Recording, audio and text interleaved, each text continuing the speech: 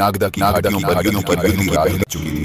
मिलच्छिकार ने अपनी सेना को आदेश दिया कि सूर्योदय होते ही शहर को चारों ओर से घेर लिया जाए। उसके आदेश के साथ ही दुर्ही की गूंज उठी और युद्ध का आरंभ हो गया।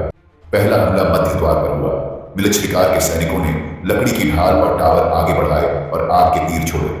नागदा की दीवारों पर रखे पत्थर नीचे गिरने लगे, मगर रावल जैत्र सिंह ने तत्परता से आदेश दिया कि ऊंचाई से उबलता तेल डाला जाए। पहरेदारों ने उबलता तेल और जलते कपड़े दुश्मनों पर फेंके। नीचे खड़े तुर्क दर्दनाक चीखों के साथ पीछे हटे, पर हमला थमने वाला नहीं था। 2 घंटे तक लगातार धनुषों की गूंज सुनाई देती रही। पेमराज ने अपने तीरंदाजों को आगे बढ़ने का आदेश दिया। उन्होंने दीवारों की ओर से तीर छोड़े, जिससे कई दुश्मन घोड़े गिर पड़े, मगर मिलच्छिकार ने तुरंत पीछे से नई पंक्ति आगे भेज दी। अब मैदान में आग और धूल एक साथ फैल चुकी थी। दोपहर तक दोनों पक्ष थक चुके थे। रावल जैत्र सिंह ने अपनी स्थिति सुदृढ़ रखने के लिए सैनिकों को संयम पूर्वक पीछे हटाकर दीवारों के अंदर पुनर्गठित किया। योगराज ने नगर की झीलों से पानी भरवाकर दीवारों पर रखे घड़ों को फिर से भरा, ताकि आग लगने पर तुरंत बुझाई जा सके। इस बीच कुछ सुल्तानी सैनिक झील के किनारे के रास्ते से शहर में घुसने की कोशिश करने लगे। यह देखकर पेमराज स्वयं अपने दल के साथ वहां पहुंचे और वीरता से तलवारें भिड़ाई। संघर्ष छोटा था लेकिन अत्यंत भीषण। पेमराज की संगठित टुकड़ी ने हमलावरों को वहीं रोक दिया और मार्ग को पूरी तरह बंद कर दिया। शाम होते होते मिलच्छिकार ने शिविर में लौटते हुए कहा कि अगला आक्रमण रात के अंधेरे में ही होगा। उसने अपने अमीरों को आदेश दिया कि लकड़ी और घास के गट्ठर तैयार रखे जाएं, ताकि उन्हें जलाकर दीवारों के नीचे फेंका जा सके। दूसरी ओर रावल जैत्र सिंह ने यह भली भांति समझ लिया था कि यह घेरा शीघ्र समाप्त नहीं होगा। उन्होंने योगराज से कहा कि सैनिकों को विश्राम का समय न दिया जाए, हर द्वार पर पहरा दोगुना किया जाए।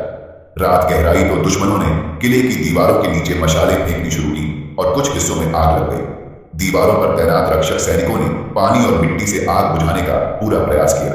इसी अफरा तफरी में कई नागरिक अपने घरों से निकलकर मंदिर प्रांगण की ओर भागे, जहां पुरोहित शांत स्वर में लोगों को धैर्य रखने का आग्रह कर रहे थे।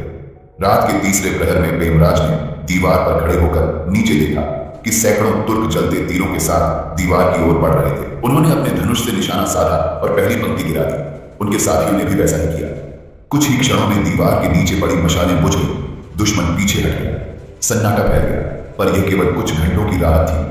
दूर पहाड़ियों में मिलच्छिकार का शिविर अब भी चल रहा था और उसकी सेना नए हमले की तैयारी में जुटी थी। रावल जैत्र सिंह ने योगराज से कहा कि आज भले उन्होंने दुश्मन को रोक लिया, लेकिन वे कल फिर लौटेंगे और नागदा को संभाले रखना ही असली युद्ध साबित होगा। दूर से ढोल की आवाज फिर सुनाई दी। इससे यह मालूम चला कि घेरा खत्म नहीं हुआ था, वह बस आकार ले रहा था। जैसे ही सुबह की पहली किरण क्षितिज पर उभरी, मिलच्छिकार ने अपनी पूरी सेना को आगे बढ़ने का आदेश दिया। उसके तुर्की घुड़सवार दीवारों के चारों ओर फैल गए और तीरंदाजों ने लगातार बाण चलाने आरंभ कर दिए। योगराज ने तत्काल पहरेदारों को आदेश दिया कि हर द्वार पर बालू और पानी पहुंचाया जाए, मगर अब पानी की मात्रा कम पड़ने लगी थी। झील से खींचा गया पानी आधे रास्ते में ही गर्म हो जाता, क्योंकि नीचे की आग जो सुल्तानी सेना ने लगाई थी लगातार फैल रही थी। दोपहर तक मिलच्छिकार की सेना ने किले की उत्तरी दीवार का एक हिस्सा तोड़ दिया था। जब पत्थर गिरा तो पेमराज उसी दिशा में मौजूद थे। उन्होंने तुरंत अपने घोड़े पर चढ़कर तीरंदाजों को पीछे खींचने और नए दस्ते को आगे लाने का आदेश दिया, मगर दुश्मन अब भीतर तक प्रवेश कर चुका था। पहली भिड़ंत दीवार के नीचे ही हुई, जहां दर्जनों वीर सैनिक रणभूमि में गिरे। शहर के भीतर अफरा तफरी फैल गई। नागरिक अपने घर छोड़कर मंदिरों की ओर भाग रहे थे। पुरोहितों ने गर्भगृहों के द्वार बंद कर दिए ताकि मूर्तियां बची रहें। रावल जैत्र सिंह ने दक्षिणी द्वार की ओर लौटकर अपने सैनिकों को संगठित करने की कोशिश की, पर हमला चारों ओर से था। योगराज ने अपनी सूझबूझ से झील पार से सहायता भेजने का प्रयत्न किया, किंतु उस मार्ग को भी दुश्मन के घुड़सवारों ने पूरी तरह बंद कर दिया था। अब नागदा की घेराबंदी पूर्ण हो चुकी थी। दोपहर के बाद मिलच्छिकार ने आदेश दिया कि किले के भीतर आग के गोले फेंके जाएं। लोहे के बर्तनों में जलता कपड़ा रखकर उन्हें गुलेलों से फेंका गया। जिन गलियों में वे गिरे वहां आग भड़क उठी। लोगों ने कुओं से पानी डालकर उसे बुझाने का प्रयास किया, परंतु सारा प्रयत्न निष्फल रहा। आग धीरे धीरे महल के चारों ओर फैलने लगी। पेमराज ने अपने दल के साथ एक आखिरी कोशिश की।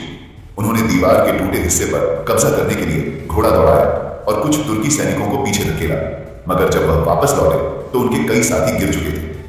योगराज ने चिंतित होकर उन्हें पीछे हटने का संकेत दिया, परंतु पेमराज रुके नहीं। तीरों की वर्षा में वे गंभीर रूप से घायल हुए और दीवार के भीतर लौट आए।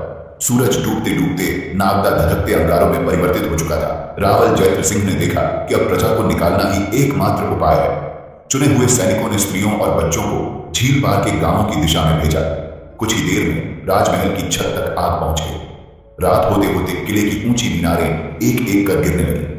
मिलिट्रिकार ने अपने तंबू से यह दृश्य देखा और निर्दयतापूर्वक अपने सैनिकों को लूट की अनुमति दे दी। अनेक नागरिक अपनी जान बचाने के लिए पहाड़ियों की ओर भागे। रावल जयद्र सिंह ने अपने शेष सैनिकों के साथ किले के पिछली ओर का गुप्त मार्ग पकड़ा।